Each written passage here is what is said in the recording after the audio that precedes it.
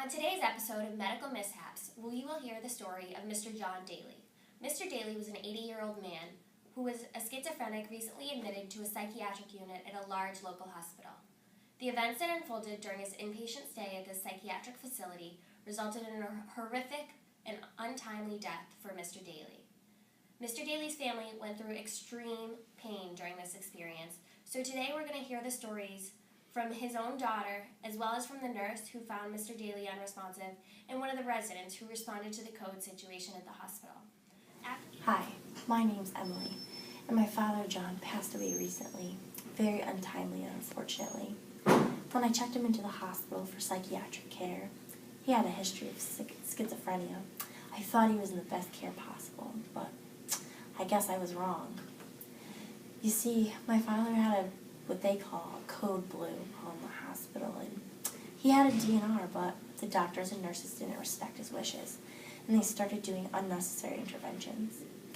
My father had one wish in life, and that was to be a do not resuscitate. He didn't like the idea of your soul passes on, but someone's still working on your body. I'll never forget when I got the phone call early one morning from this resident. She said, "I'm so sorry, Emily, but your father has passed away." I remember screaming and crying and running down there demanding answers.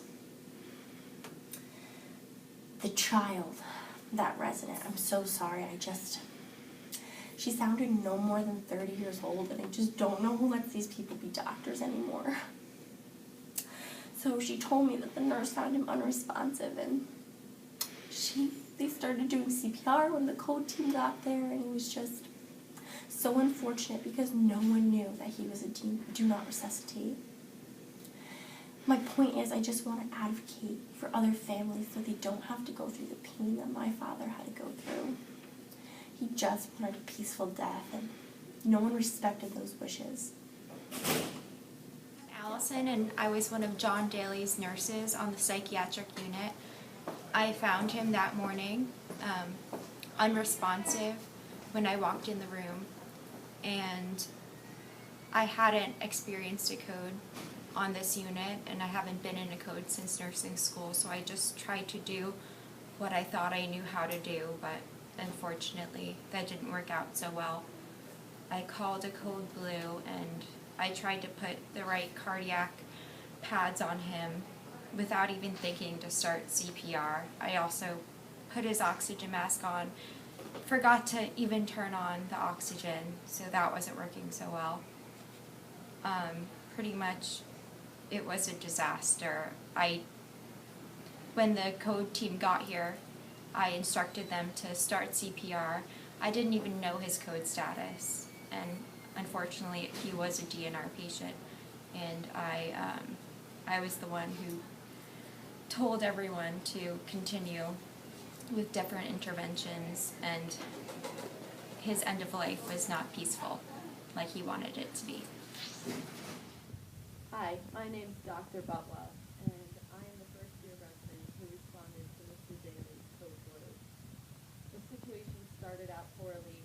We were paged by the overhead system to go to the 4th floor psych unit. We did not know the psych unit was attached to the hospital. Therefore, we went outside and came back in through the different entrance and ran up to the 4th floor. By the time we got there, he was completely unresponsive. We started chest compressions. The equipment that we had to defibrillate him was not cohesive with the equipment on the floor, which then proceeded to cause more time lost. It was very stressful. Soon to find out, we realized that he was a DNR and DNI. We ended up having to call his daughter to tell her that her father had passed away in a way in which he did not wish to receive care. Now that we've heard the story of Mr. Daly and what happened to him a few months ago at the big hospital, we'll hear what this big hospital is actually doing to take care of the problem, to prevent events like this from happening in the future, and families like his from going through the pain that Miss Emily went through not too long ago. One big change that the hospital's made is with their code responses that they call So the idea is that the overhead paging system is a much more cohesive system that would alert the staff on the unit where they're actually going to. So as you heard, the psychiatric unit was connected to the main hospital, but the doctors didn't know that. So this system would try to get physicians on the code team to be able to respond properly and to know exactly where they're going. So, Dr. Butwell, can you tell us a little bit about how that's working? Are you noticing changes in your response to codes?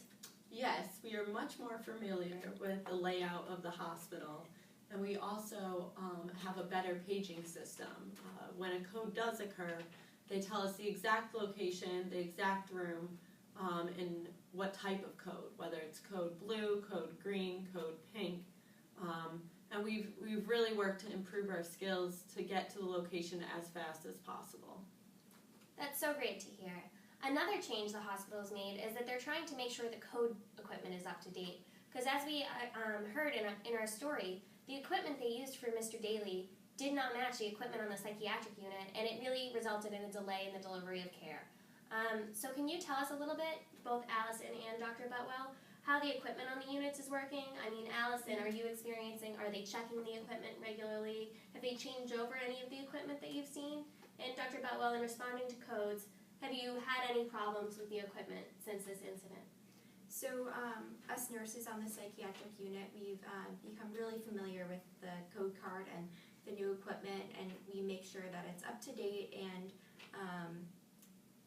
the exact equipment that we need with the population that we have on the psychiatric unit.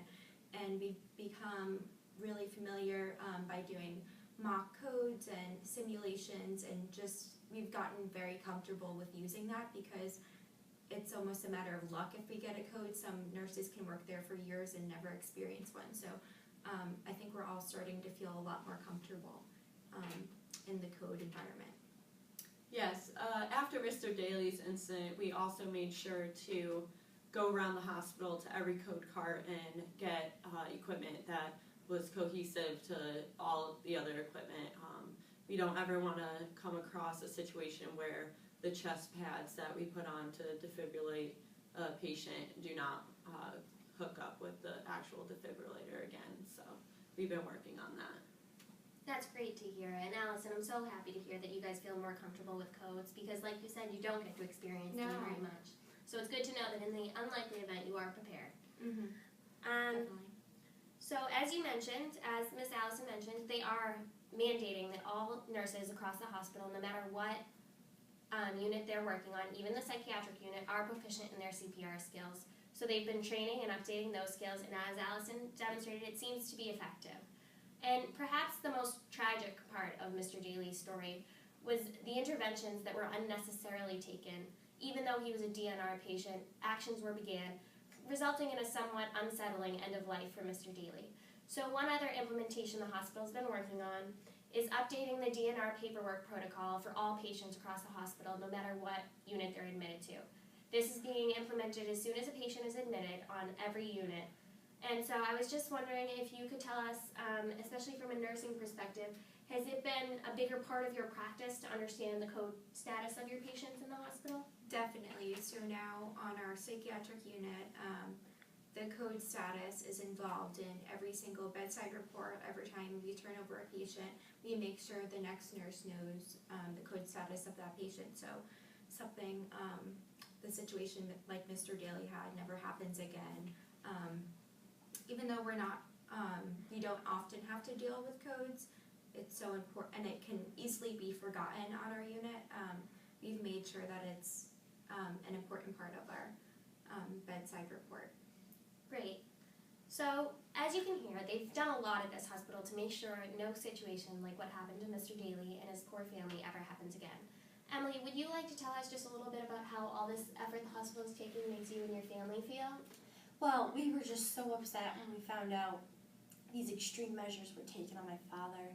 He just really wanted a peaceful, simple death. And it really makes me upset to know that we put our trust into this hospital and the staff, and that trust was taken poorly, I guess. So I'm really glad to know that the hospital is taking more steps to make sure that doctors and nurses understand the code status of patients. I want to be an advocate for not only my dad, but for all the dads out there. Thank you, Emily. We're so glad that you could join us today, and thank you all for joining us today.